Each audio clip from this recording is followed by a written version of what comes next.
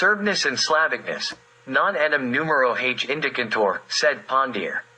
Cicero, this is not determined by numbers, but by significance. From one great Serbian nation, several nations emerged, now known as Slavs. Among them are small and less significant ones, such as the Lusatian Serbs, and very large and significant ones, like the Russians. Each of the present Slavic nations has its distinct language, except for the Croats. These linguistic divisions are serious barriers that distance them from each other, but that is not the main division. It lies in the religious field. Part of the Slavic nations is under the control of the Vatican Church. This hinders any serious rapprochement and Slavic cooperation. Since this institution has historically been anti-Serbian, as it is today, it is also anti-Slavic.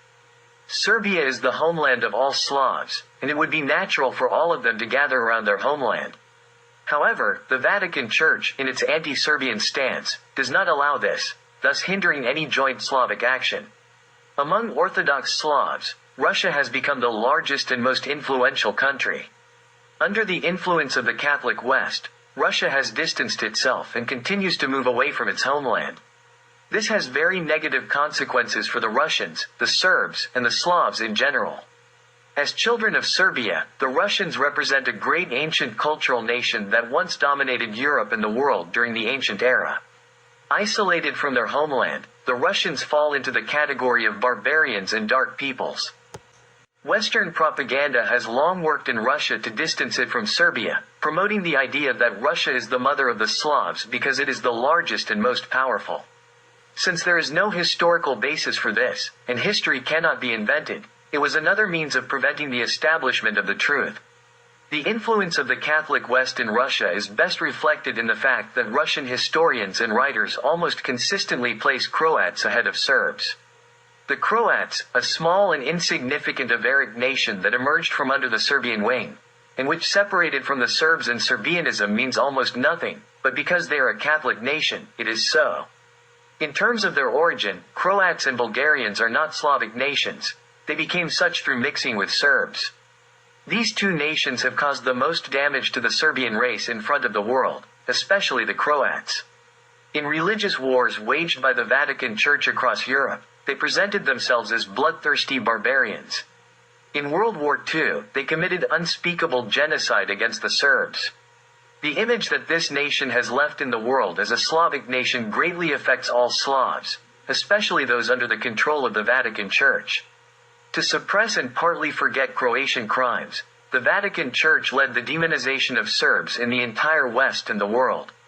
This was done under the leadership of the Pope of the Slavs, a Pole who prominently stood out as a true Ustasha, Croatian Klero-Nazi.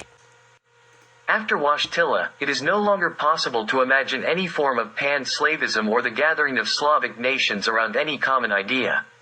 The 19th century Russian pan-Slavism was essentially pan-Russianism and achieved nothing except being portrayed as a scarecrow by the entire West. The Austro-Hungarian pan-Slavism, originating from Prague, achieved nothing more than falsifying Serbian and Slavic history by the so-called Vienna Slavis. The Yugoslavism promoted by Archbishop Strossmayer aimed to save the Croats and used them to hinder the unification and normal development of the Serbian people. This pan-Slavism achieved its goal since, with the creation of the common state of Yugoslavia with the Croats, Serbs lost everything, their state, territory, and nation. When the Serbs, in a state of confusion, attempted to save at least something, demonization and bombs, which Wojtyla persistently sought, arrived.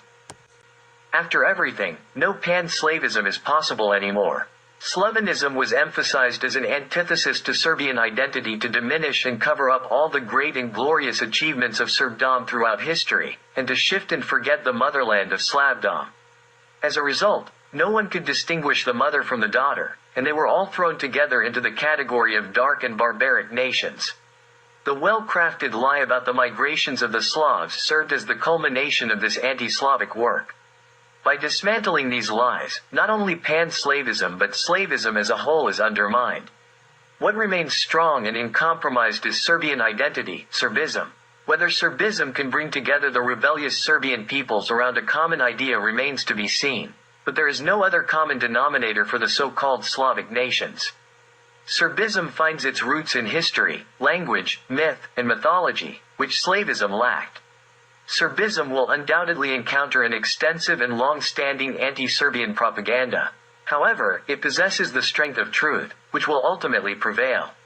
Even though various contemporary Slavic nations claim not to be Serbs, which is not entirely accurate, none of them can deny their Serbian heritage or historical connection to the Serbian family of nations.